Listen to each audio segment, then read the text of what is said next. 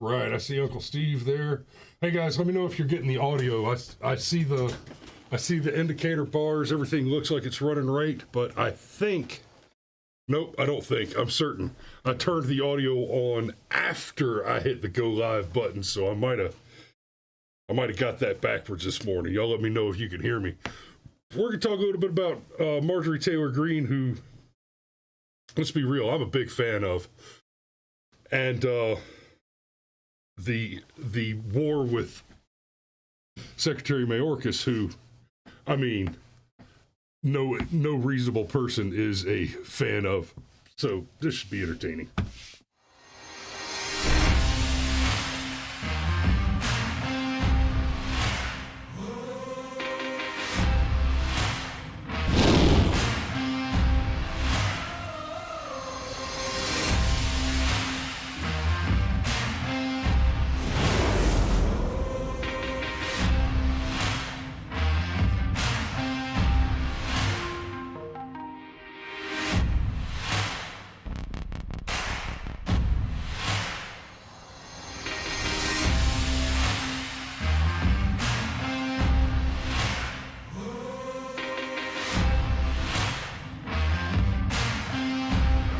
Enough of my super dope theme song. Let's move on to the content itself. Okay, so right off the rip, I went ahead and dropped the link to this YouTube video that I'm about to show you guys because we are not going to watch 7 minutes of Marjorie Taylor Greene in this particular capacity. That we just had on the House floor. We had 8 Republicans vote with the Democrats to send my articles of impeachment back to committee, where articles of impeachment go to die. They just voted these. Basically, that's that right there. What you just heard. There are 2 major takeaways there. We had some Republicans break ranks and surprise, move to support Biden's Secretary Mayorkas and in his war on the United States and his war on white Americans.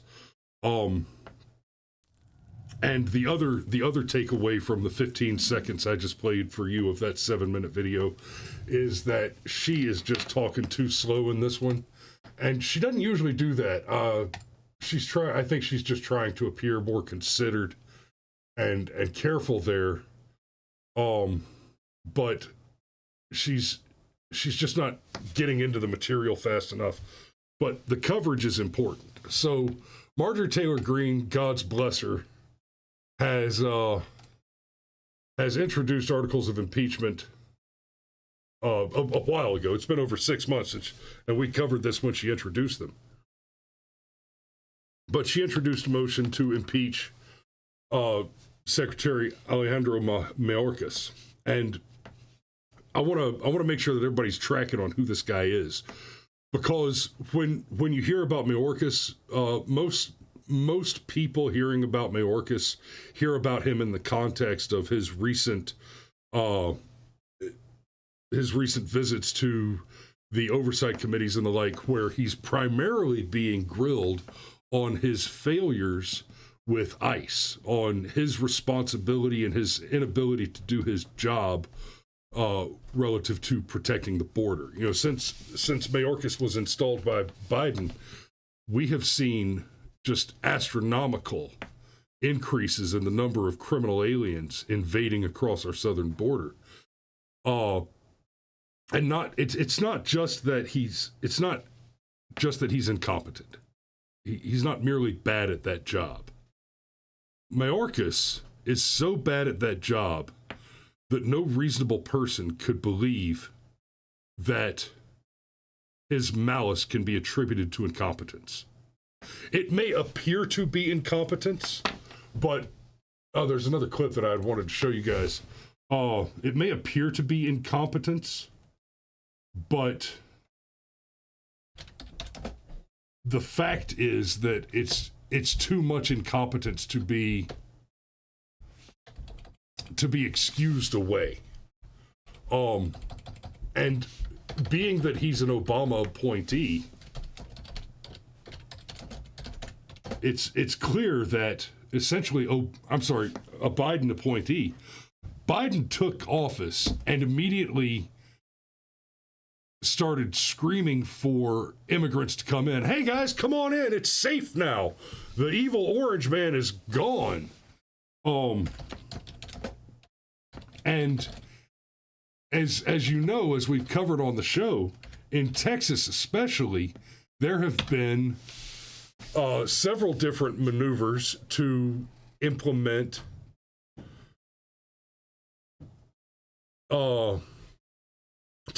border security measures in the form of a wall, some kind of. Danny says you were right the first time, Obama. What? Oh, Danny, I think that you're suggesting that Biden is just a puppet of Obama, and that's not an unreasonable claim.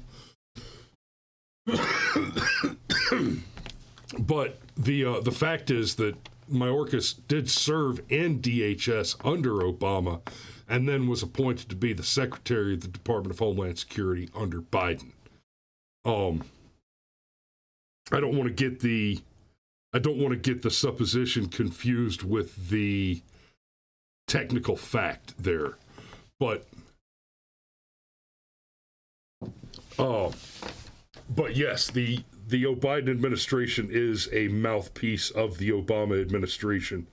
But frankly, Danny, I would say that people who talk about Biden being a mouthpiece of Obama are giving Obama far too much credit. Obama was little more than a mouthpiece for basically the WEF, Soros, and what's the other German guy? I forget the other one's name. But that's all kind of part and parcel of the same thing. Is a complex conspiracy to destroy the United States of America, and Mayorkas has been instrumental to that. And like I said, I think it's important to remind you all that he's the Secretary of the Department of Homeland Security, which is to say that not only has he overseen the failures that have allowed tens of millions of illegal immigrants to enter this country since his installation in that position. We're also talking about the guy that oversaw, remember the subcommittee on misinformation and disinformation, what we kept referring to as the New American Ministry of Truth, that went into force and was ridiculed into extinction almost instantaneously. Like it hung around for a couple of months before that shit was shut down. Because, and like, I know this is a small channel, but I wasn't the only voice making the noise. So it was, a collection of guys like me and guys with much larger followings like Steven Crowder, Tim Pool, Ben Shapiro, those guys, all making noise and saying, hey, whoa.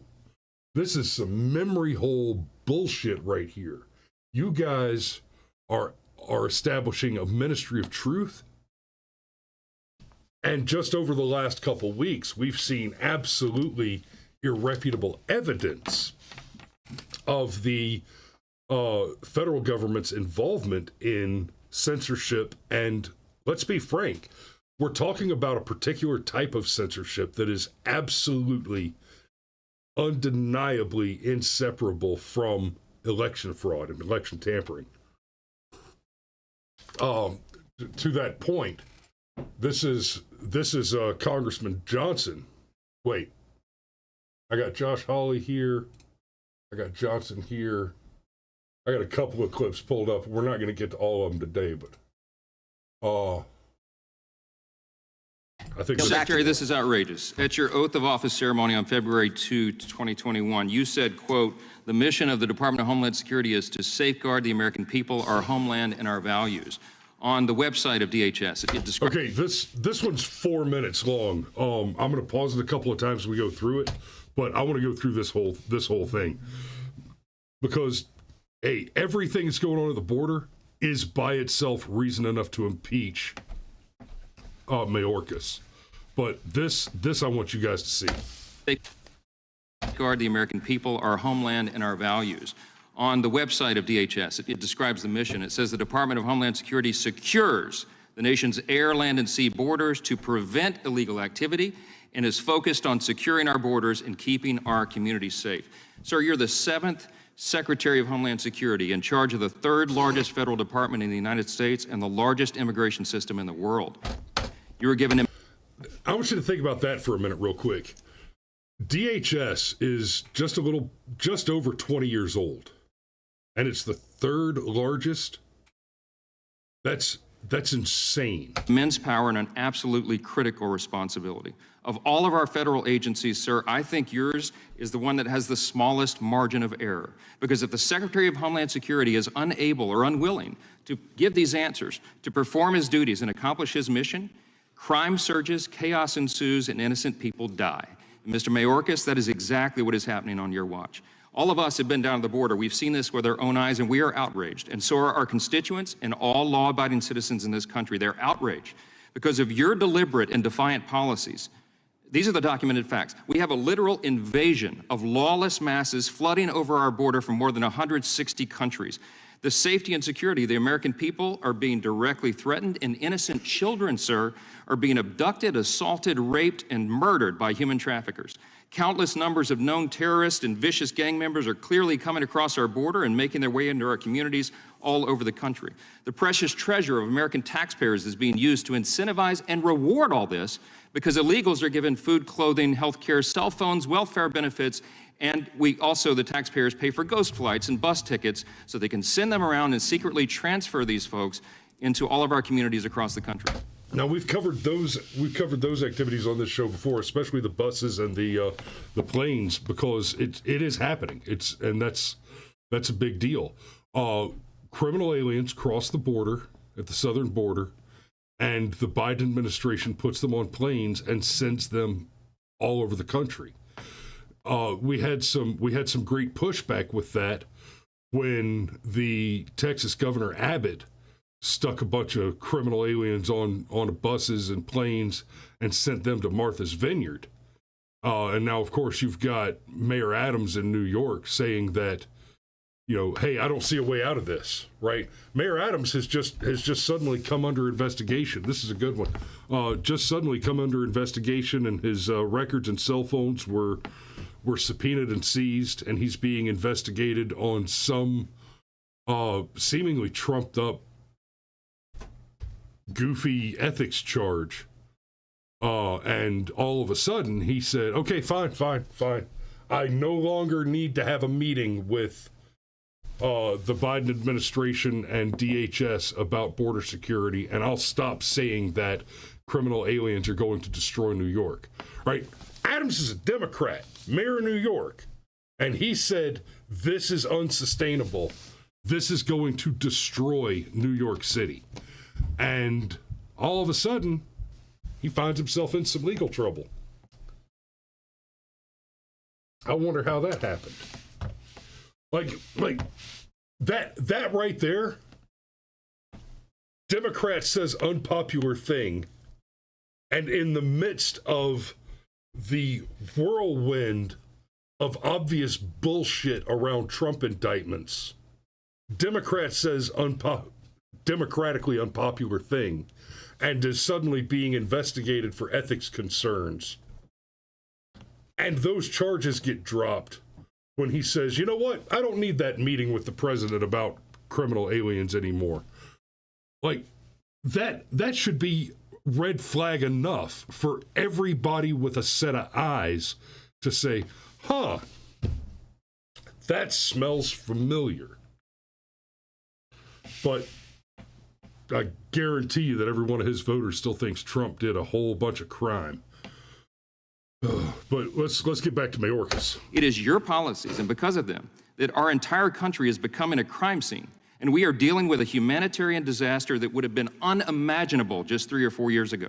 Because of your policies, the drug cartels are making billions of dollars and building their empires, and they are drowning our streets in fentanyl and other deadly substances, and that has made drug overdoses, as you know now, the #1 cause of death for Americans ages 18 to 45. I thought it was gun violence. What the fuck do I know? Oh, Jesus Christ. So, the drug crisis, the fentanyl, all the immigration stuff, like I said, all of that is reason enough to impeach Mayorkas. And here we've got these 8 Republicans, and I want to read their names to you.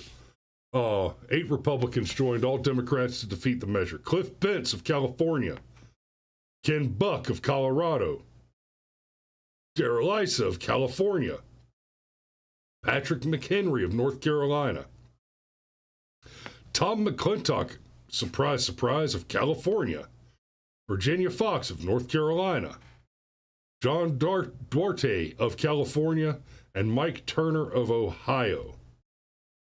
So that right there, these people are not Republicans and never were. If you happen to see this, if you happen to see this show, and you are in one of the districts represented by one of these so-called Republicans, you have a patriotic duty, a moral obligation, and I dare say a divine mandate to vote these motherfuckers out of office. They hate you. And they are actively working to see you dead.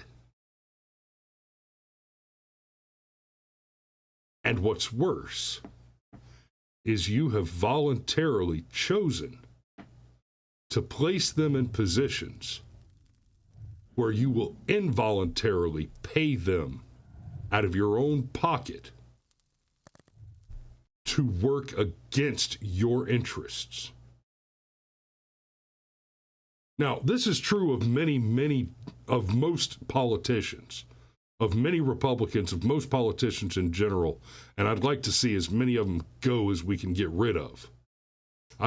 If I had my druthers, every single incumbent would lose his next election bid. Right? My brother-in-law I've heard him say over and over again, and I agree with him in 99.9% of all cases of application, you should always vote against the incumbent. I'm coming to that position more and more every day. Incumbency is a cancer. And under the Constitution and the original vision of the founders with the drafting of the Constitution, the intent was never for there to be a long-serving career politician. You know, they were supposed to be politicians should be like diapers. You change them often and for the same reasons. Right? It's not complicated. Our brave Border Patrol and law enforcement agencies and officers are completely overwhelmed, and they are personally endangered. And the rule of law is being trampled underfoot, and the stability and the very sovereignty of our nation is being threatened like never before. I have a long list of questions I was anxious to ask you today, but I've been watching you. You know, you've been on Capitol Hill for 3 days now. You've been in 3 committees. This is an important point that he's about to make, and I want y'all to pay attention to this. Mayorkas is not the worst offender by far, but he's bad. Fauci was like this too, and this is something that these guys, I don't know if they have courses and they train on it, but Johnson's about to go into it a little bit, but it's absolutely infuriating, and we're going to watch a little bit of another clip to see an example of it too. Is being threatened like never before. I have a long list of questions I was anxious to ask you today, but I've been watching you. You know, you've been on Capitol Hill for 3 days now. You've been in 3 committees. You have an extraordinary talent, I think, for evading questions, and you've provided answers that are not accurate, and that's documented. You're insulting the intelligence of the American people, and you're subjecting them to extraordinary danger. This is not a game. It's been detailed over and over this week, and here again today. You have presided over the greatest immigration catastrophe in American history, and it's an objective truth that you have helped design and implement this system. Okay, he only kind of addressed the thing that I was talking about. I'm going to let him. I do want to hear him finish on how he details Mayorkas' involvement in the design and implementation of the system to invade the United States, destroy it from within. But the thing that Mayorkas does, he starts every answer with a salutation, right? Just burn a second or two. And then he goes on to answer the question that he wished was asked. And then when he's corrected, like he'll be asked a yes or no question, and he'll start on this diatribe. And when the representative interrupts and says, no, the question was this, then he'll just continue to ramble and waste the time. He will not answer a question. And that's on purpose. If I had my druthers, that would be grounds for holding him in contempt. Personally, if I were in a position to do it, if I were asking questions, I'd ask you the yes or no question twice. First time I ask it, I expect an answer. The second time I ask it, if I don't get an answer, I'm going to move to hold you in contempt. You're going to go sit your ass in a jail cell until you're ready to answer the question yes or no. And at a minimum, if I can't push through for the contempt, then I will assume that the answer to the question, if you refuse to answer the yes or no question, then the answer is whichever of those binary choices is the most damning. Right? If I say, hey, did you shoot the guy? And you start with, well, you see, what was happening? Okay, so that's a yes. Did he deserve it? Was this self-defense? Did he attack you first? Well, you see, okay, so that's a no. We're done. Answer the fucking questions. Took your oath of office in February last year, and by the end of the first year, ICE recorded the highest number of border crossings and the lowest number of deportations in history. Fact. You have stated publicly in direct defiance of our laws that, quote, being here illegally by itself is not enough to be removed, unquote. If DHS does not deport illegals, that is, apprehend and quickly remove people who cross into our country illegally, then we have no border security at all. We all know that after Title 42 is repealed, 18,000 immigrants a day are going to result. Coming over that border, it's going to be a total collapse of operational control. If people are allowed to simply walk in here and live and work and collect taxpayer-funded benefits and assistance for years upon years and maybe permanently, then in a very short period of time, we'll be totally overwhelmed. We'll be crushed by the sheer numbers and the weight of illegal immigration, and there will no longer be any border, any security here, any sovereignty at all. We won't have a country. I called for your resignation in July of last year and explained then that it had already become crystal clear that you were either unable or unwilling to do your job. But as has been said here today now, based upon the facts and the evidence, we've concluded you're doing this intentionally. It is despicable. I believe these are impeachable offenses. And Mr. Secretary, my advice to you is to begin your search for a different career field very soon, because there will be an election and the American people will let their voices be heard on this, and we will be taking the majority. I ask unanimous consent to enter into the record a letter from 133 members of Congress to the Secretary expressing our concern that his actions in opening our border and inaction in enforcing our laws are endangering American lives.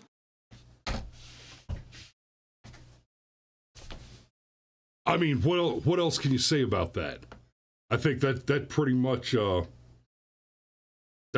covers it right there. The man, Mayorkas is like I outlined earlier. Essentially, what it looks like is Biden picked Mayorkas to be the enforcement arm of Biden's WEF backed and ordered and mandated plan to increase foreign invaders into this country. And, you know, Mexicans are not. There's another clip. I'm not gonna rely on the clip. I've got another clip pulled up. We'll watch a little bit of it, but I'm not sure if we'll get to the statistics part of it. But Johnson points out that 73% of the invaders coming across the southern border are not from Mexico. Now, that is not to say that 73% of the invaders coming across the border are confirmed Hamas terrorists, but of all the invaders coming across the southern border, that many is the portion that includes the bad guys. So of all the invaders coming across the border, it's about that many that aren't terrorists, or at least, or more correctly, aren't specifically Hamas and Islamic terrorists, right? It's about that many of the whole that are only probably cartel employees, Mexican gang members, members of La Raza, human trafficking agents, and that kind of thing. But they're not terror. They're not Hamas terrorists. And then of the other 73%, the number that contains the terrorist element, I don't know how many of you have seen the videos from the border, and things like the Biden administration sending federal agents down to destroy border security emplacements, like the buoys. They put the buoys up across the river so that it was hard to swim across. The Biden government went down and said, no, you have to take those out, and they're still fighting that in court. Biden sent bulldozers down to rip up the fence and let criminal aliens just flood under while the bulldozer operator's sitting there just tearing the fence up out of the ground, making them a hole. That's going on. That's happening. Thank you, Mr. Chairman. Secretary Mayorkas, let me start with you. You're familiar with the chant. Okay, I can't resist this one. Senator Hawley is recognized. Thank you, Mr. Chairman. Secretary Mayorkas, let me start with you. You're familiar with the chant, from the river to the sea, Palestine will be free. You familiar with that? I am. Do you know what it means? I do. Can you explain it to us? Senator, that is a chant that speaks of Palestinian desire for its homeland, and a very expansive definition of its homeland at the expense of the independence of Israel. Well, indeed. I mean, it calls for the elimination of Israel, does it not? It does. So my question to you is, should students who are here on a visa, who gather and chant that slogan and actively advocate for the elimination of Israel and attacks on Jewish individuals, whether in the Middle East or here in the United States, as we're seeing on college campuses, should those students have their visas revoked? Senator, I believe you are referencing a provision in the Immigration and National... See, he just mealy-mouthed through. Okay, what he's referencing there is there have been massive protests, pro-Hamas and pro-Palestinian protests on college campuses, and many of those students were suspended, and then their suspensions were rescinded when the liberals at the college learned that, oh, if we throw these kids out of school for being terrorists and demanding genocide in speeches on our campuses, then their visas are going to be revoked, because being in college is a contingency of those visas. They have to be in school to keep their student visas. And so they'll be subject to deportation if we suspend them for inciting genocide. So we've decided that instead we're going to let them continue to do the bad thing. And, like, I don't have a dog in that fight. The whole Israel-Palestine thing, it's awful that there's people dying. But I can tell you this about Islamic terrorists from firsthand experience.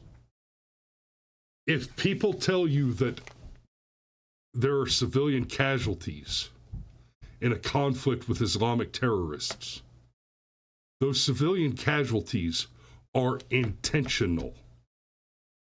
They'll tell you on the news over and over again that Hamas will emplace military equipment and soldiers within civilian populations, going so far as to store and weapons and bivouac soldiers in hospitals, daycares, schools. Excuse me. In order to cause there to be civilian casualties, collateral damage that they can use for propaganda to support their cause and support their messaging. What we don't talk about on the news in the U.S. with reference to Islamic terrorism, I did this for a long time, guys. It's not just that they will stage their equipment and use human shields to protect their equipment.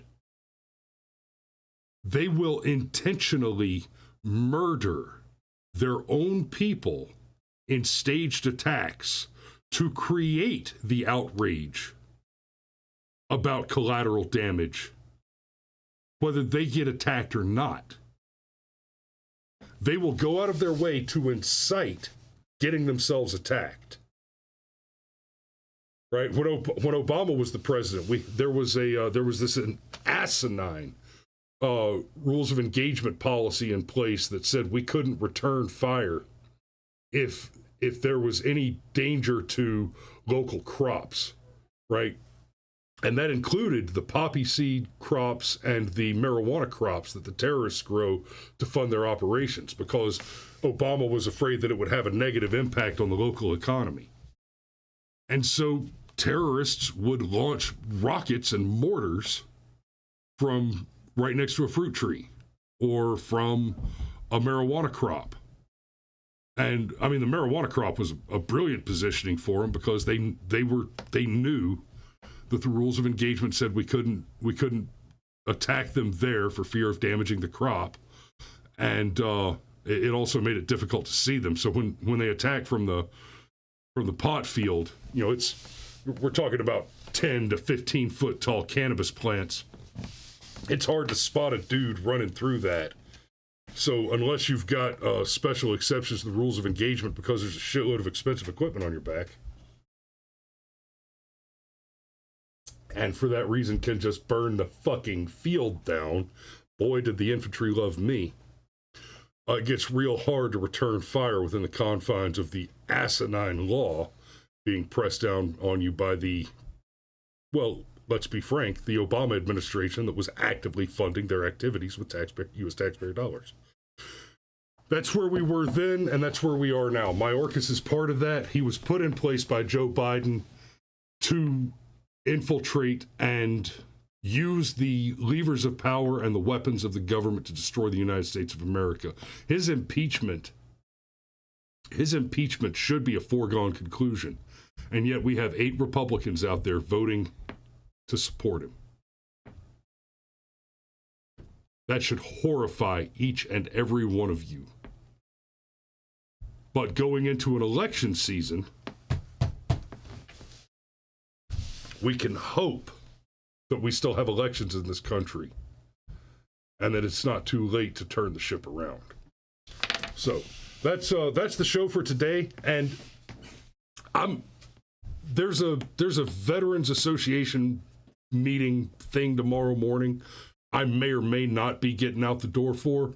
So I'm going to give y'all a maybe on whether or not there's a show tomorrow morning. But if y'all tune in, same bat time, same bat channel, first thing tomorrow morning, which would be Wednesday the 15th, and there's no show, it's because I'm at breakfast with a bunch of veterans organizations trying to make a better world for our men and women who've served. Y'all be safe out there. Thanks for watching this morning. We love you, and we will see you tomorrow. Maybe.